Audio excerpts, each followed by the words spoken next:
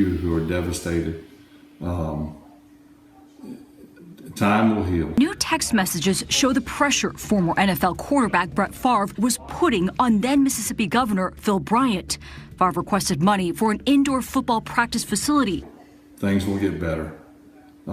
It shall pass. So how should the leagues support and promote an anti-racism position without becoming political and alienating fans? Thank you. Well, Brett is a great guy. I find it hard to believe, first of all, that he intentionally meant to kill George Floyd. I mean, I don't know what led to that video that we saw where his knee is on his neck. I know when I turn on a game, I want to watch a game. I want to watch players play. I don't think that we should defund the police in no way, shape, or form. In a different text exchange, Favre asking New, if you were to pay me, is there any way the media can find out where it came from? The suit was brought by the Mississippi Department of Human Services in May in an attempt to recover millions in misspent money. Favre also seemingly pushed to build an indoor practice facility to lure recruits like Deion Sanders' son Shador, and for funding for a pharmaceutical company he is an investor in. Favre's also an outspoken conservative, an ally of former President Donald Trump. There they are on the golf course together. Thumbs up. Now, Favre is currently embroiled in a controversy involving the use of federal welfare funds set aside for the state of Mississippi's most vulnerable residents, which were reportedly diverted to Favre and others. Middle of last year, my office, which includes 135 CPAs, investigators, and attorneys, we got a tip in that suggested that the director of the Department of Human Services was misdirecting money and potentially involved in an embezzlement scheme. NFL Hall of Famer Brett Favre is facing questions tonight of whether he knowingly took $5 million of state welfare money to build a new volleyball facility for his daughter's team 5 years ago at her university and his alma mater. The Brett Favre saga has taken yet another turn. Typical white conservative male that's stuck in his own little world that doesn't give a damn about anything that doesn't impact him. You would think Brett Favre, born and raised in Kill, Mississippi, does any place in America have any more racist history than Mississippi? But Brett Favre is unaware. Can you tell dumb politics has always been in sport? Involving NFL Hall of Famer and ESPN host Shannon Sharpe. One may remember, Favre sued Shannon Sharpe, the ex-member of Fox Sports 1, who he claimed defamed him by calling him a, quote, sorry mofo to steal from the lowest of the low, and that Favre, quote, stole money from people that really needed that money. He wasn't the only one. I've officially been served by Brett Favre. It's officially official. I have been sued by Brett Favre. Here we go. Let's go. Congratulations. Thank you. The only thing you should be serving on Sundays is the Lord. I would like to let the New York lawyers that wrote me 2 letters before this thing got announced. First letter was, we would like you to go back and erase every single video that has Brett Favre's name mentioned in it from your YouTube library, your Twitter library, and everything else. This is a warning shot, pretty much. So I looked at that. I said, that is hilarious. Favre would file a similar claim against McAfee and welfare money that was going to people who should not have been getting it. State Auditor Shad White. On the McAfee front, as many of you know, Brett Favre sued me over statements that I made about him on this program. As I confirmed in my court papers, and I repeat here, my statements, expressed in comedic style, were based solely on public information and allegations. I am pleased to report that based solely on me again clarifying these points now, with no settlement paid, Brett is withdrawing his suit against me. And now back to the Sharpe front. In October of 2023, via the worldwide leader, Sharpe's employer, that suit would be dismissed. From U.S. District Court Judge Keith Starrett in his statement, because Sharpe's comments are constitutionally protected rhetorical hyperbole using loose figurative language, they cannot support a defamation claim as a matter of law. In his dismissal, The judge would continue. The court also acknowledges that from the reports in the public arena, after government investigations, forensic audits, civil litigation, Favre's text messages, very key, and Favre's own implicit admission by returning $1.1 million to the state, it appears to be widely believed that the money obtained by the former quarterback for himself and the University of Southern Miss came from welfare funds. At the time, Favre and his team would basically say they are weighing their options on what to do next. And now, roughly 8 months later, we have one of those options. Via the Associated Press, Amit Vora, who is Favre's attorney, told 3/5 U.S. Circuit Court of Appeals judges in New Orleans, Louisiana, that the lawsuit should be revived, arguing that Shannon Sharpe accused Brett Favre, who has not been charged with a crime, of theft.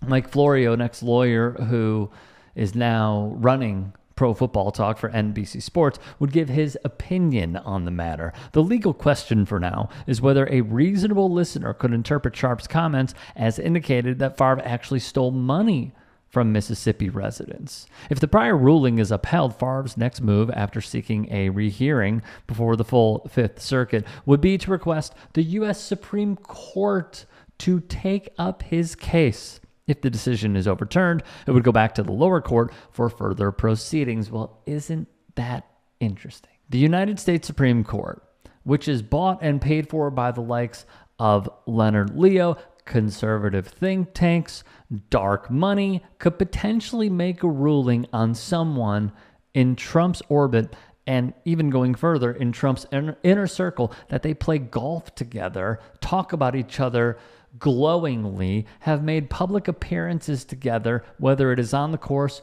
or through the media, having multiple discussions on various subjects. It seems, on the surface, in my view, that could be a power play. Do I think that it'll reach the Supreme Court? No, I do not. But it is a very savvy move to know that the conservative SCOTUS is likely on Favre's side because they have shown errant ruling after errant ruling that leans towards these ideals. Via AJ Perez of Front Office Sports, who has done fantastic work on this case, Favre has long denied any wrongdoing as it relates to the $8 million temporary assistance for needy families or TANF funds that went to Favre, a volleyball arena at his alma mater, USM, Prevacus, the drug company that Favre invested in and served as a spokesperson for before the Mississippi welfare scandal came to light in 2020. If you want to learn more about that, check out a clip on demand where we go over his pharmaceutical companies that he tries to launch. Favre has not been charged criminally, although he's among more than 40 defendants in a lawsuit filed by Mississippi's welfare agency that seeks to recover some of the more than $77 million in misspent TANF funds. The three-judge appeals panel is expected to rule in the coming weeks, so this is something that you absolutely have to keep your eyes on. Where are they going to rule? When is it going to come? It should be noted, Sharpe's attorney, Joseph Terry, would say this. The judges that Sharpe's remarks were clearly an opinion offered when he was asked about a news report on the Mississippi welfare scandal and how the reports will affect Favre's legacy. If you read his comments in context, it's quite clear that he was expressing his opinions rhetorically, Terry would say. So I suppose we end with this. What do you make of it? How do you think they will rule? Do you believe that this should continue?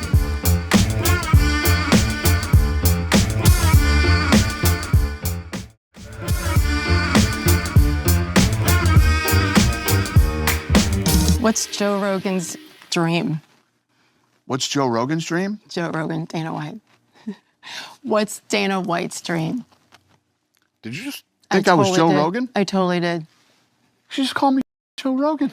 There may be no better clip to summarize Sage Steele's post-ESPN career. She has pivoted even harder to the right and followed in Michelle Tafoya's and Jason Whitlock's footsteps to keep her career afloat. But this is just scratching the surface. You're the Candace Owens of ESPN, is what... Wow. I I respect the hell out of Candace Owens. So do I. And yeah. On former MAGA quarterback Jay Cutler's now defunct podcast, Steele reveled in being compared to ex-Daily Wire host and anti-Semite Candace Owens. But to mandate it is sick. Mm-hmm.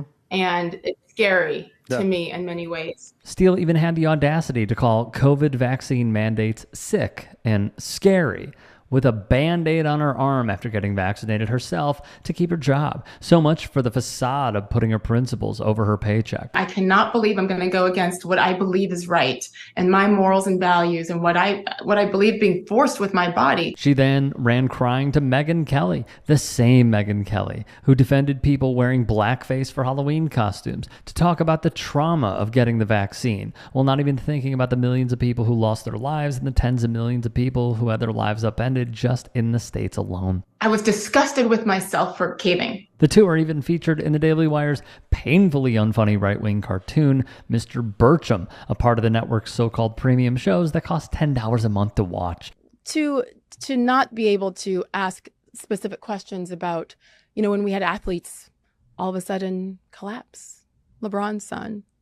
Yep. It's a fair question to ask if he had had the vaccine. Yes, he's a young man. Mm-hmm. Just months ago, and a whole year after her Megyn Kelly interview, Steele rehashed her ESPN vaccine mandate gripes with trusted medical expert Tucker Carlson. It's testicle tanning, but it's also full body red light therapy, which has massive amount of benefits. And there's so much data out there that isn't being picked up on or covered. So obviously half the viewers right now are like, what? That's testicle tanning? That's crazy.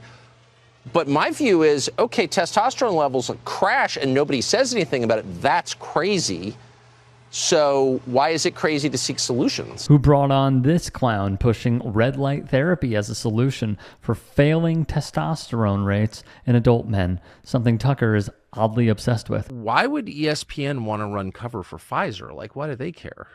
But they do care so much. I don't know. Pfizer, Moderna, J&J, Yeah. CDC, Fauci.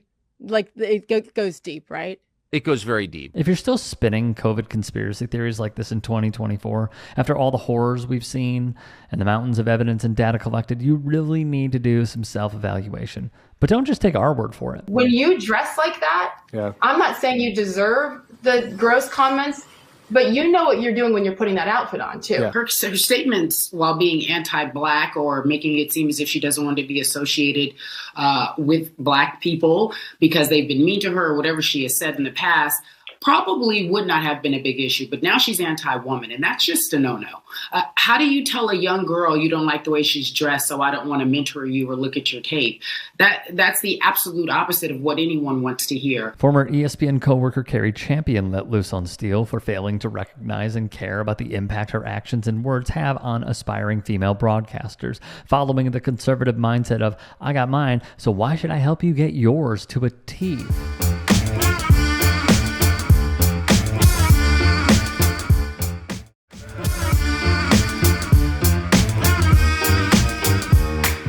And if you're going to vote, you good. You can vote, you can go protest, you can't go to the hospitals to see your loved ones. You just say you can't have funerals. Your kids can't go to school. So you have an environment where now people are just back to normal life. There's so many other things happening. I actually think that voter turnout overall is going to be a little bit lower in this election than in 2020. Sitting down with Representatives Byron Donalds and Wesley Hunt, Steele went full MAGA and cast out on the 2020 election results because, of course, she did. But before we move on, here's a small taste of Donald's and Hunt's politics. During Jim Crow, the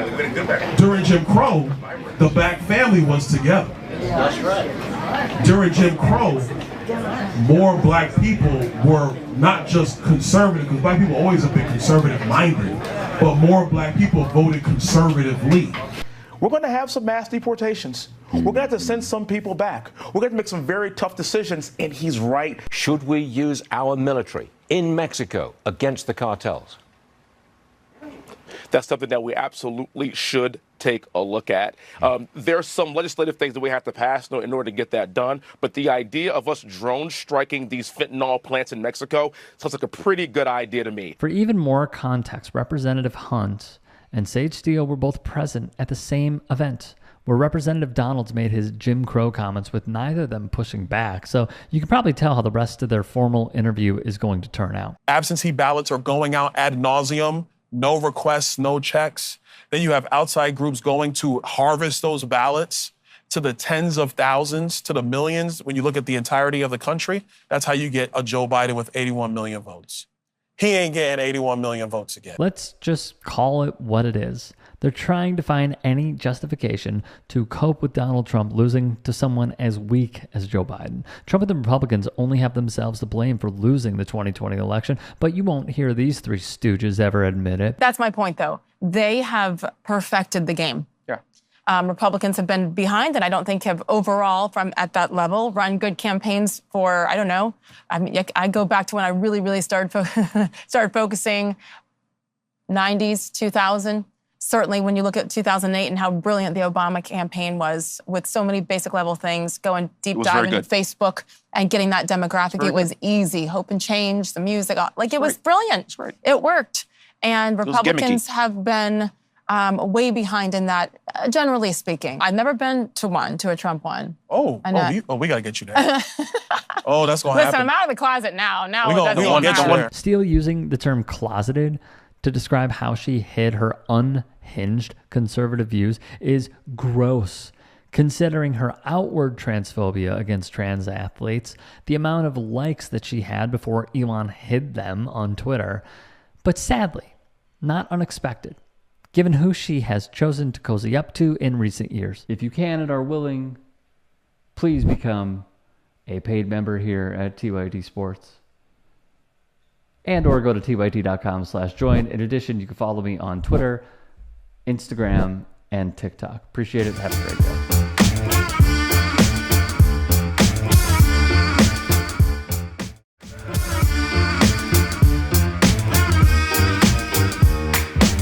Turkish Kung Fu champion Necmettin Erbakan Akyüz has hit back after coming under fire for raising the Palestinian flag at a European Championships contest. You saw correctly and heard correctly. Here's the latest. After winning the gold medal, he raised the flag in solidarity with the people of Palestine. The Wushu Kung Fu Federation of Europe announced that it had launched an internal investigation into political displays that were reported during the prize-giving ceremonies, and that such actions do not align with our values and standards within the WKFE community. In response, Necmettin took to social media and said, "The European Federation opened an investigation because of my action to be the voice of the oppressed. I do not regret what I have done. If I have the opportunity, I will do it again." He would suffer the consequences, but says he has zero regrets for his stance. Soruşturma açmak, ceza vermek, şampiyonlukları geri almak. Ya dünya, Avrupa, ne şampiyonluğum varsa elimden alın ya. Alın. Gerçekten. Beni bunlarla korkutup geri adım attırabileceğinizi düşünüyorsanız aklınızı peynir ekmekle yemişsiniz gerçekten. Bebek katillerine karşı yapmış olduğum protestoyu kalkıp bizim değerlerimize aykırı böyle şeyler diyerek soruşturma. Lan senin değerin yok ki. Senin değerin yok. Ne değeri, ne insanlık, ne vicdan, ne adamlık, ne namus, ne ar, haysiyet. Hiçbir şey yok sende. Hiçbir şey yok. Aşağılıksınız. Aşağılık bile değilsiniz. Seviyeniz bile yok sizin. Almazsanız da, ceza vermezseniz de adam değilsiniz lan. Verin. Dünya şampiyonluğundan daha gurur verici bir şekilde taşıyacağım o verdiğiniz cezayı. Here was his response to the punishment he has now been given at the hands of the Wushu Kung Fu Federation of Europe, or WKFE, the Continental Europe's Federation for Wushu Kung Fu. This dates back to December of 2023, when Akyüz, the six-time championship holder in the martial art, held up the flag after being presented with the European Championships gold medal. We have seen the power of sports when it comes to what is happening to the Palestinians. In Turkey, fans of Trabzonspor and Fenerbahce held up signs denouncing the violence and bringing attention to the relentless suffering.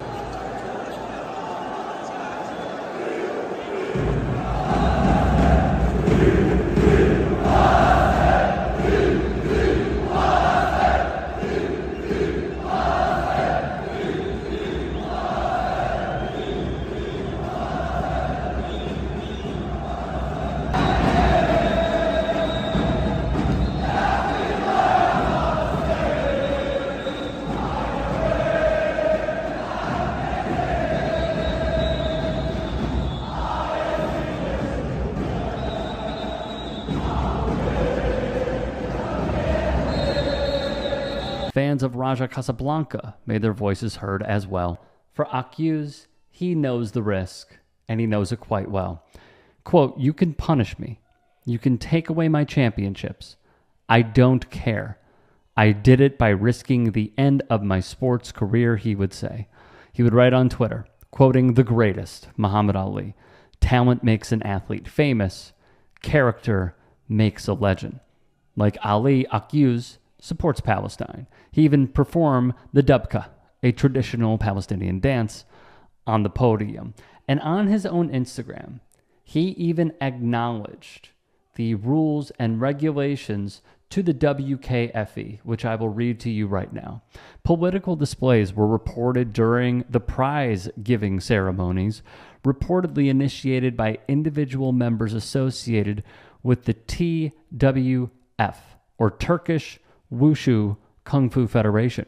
Immediate measures were taken on site, including personal meetings and official protests, to contest these occurrences strongly. Such actions do not align with our values and standards within the WKFE community. Meanwhile, the WKFE's board of directors would put this out on their website under the headline in bold, "Announcement." And here is what it said. Regarding the recent occurrences at the European Championships in Istanbul, Turkey, held between December 15th to the 17th, the WKFE Board of Directors seeks to acknowledge and address the concerns raised. Regrettably, 2 incidents disturbed the event for several WKFE officials present during the competition. Firstly, there were discrepancies in judging, marked by technical irregularities and inappropriate behavior toward WKFE officials, despite a formal on-site protest to the local organizer, TWF. These issues persisted throughout the event. Secondly, and here's where they quoted previously, political displays were reported during the prize-giving ceremonies. They would go on to say the measures were taken, meetings and protests strongly contest these occurrences. They do not, they would say, align with our values and standards within the WKFE community. An internal investigation has been launched to examine these incidents, seeking clarity and understanding thoroughly. This inquiry aims to identify any shortcomings and enable the implementation of necessary measures. The findings will be consolidated into a comprehensive report. We sincerely appreciate your patience and understanding as we navigate through this process. The Board of Directors remains steadfast in upholding the integrity and fair play of our sport, and we are diligently undertaking all essential steps to address these concerns transparently and effectively. Akyuz, as I said previously, understands what this stance does, how it affects him in the short term, and also the long term. It will be quite interesting to see how this unfolds and what the internal investigation finds. But here's what we do know. If this were to be an American winning and holding up an American flag, a sign of imperialism and tyranny, what would the consequences be?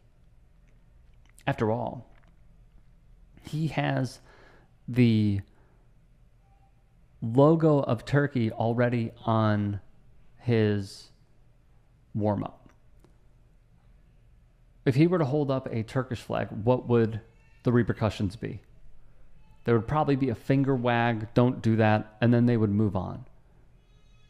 But I suppose throughout all of this, it is very interesting to see where the line is and what happens to those who cross it. If you can, please do support us here at TYT Sports. Become a channel member. Go to youtube.com/TYT Sports and click the join button, or go to tyt.com/join. In addition, you can follow me on Twitter, Instagram, and TikTok.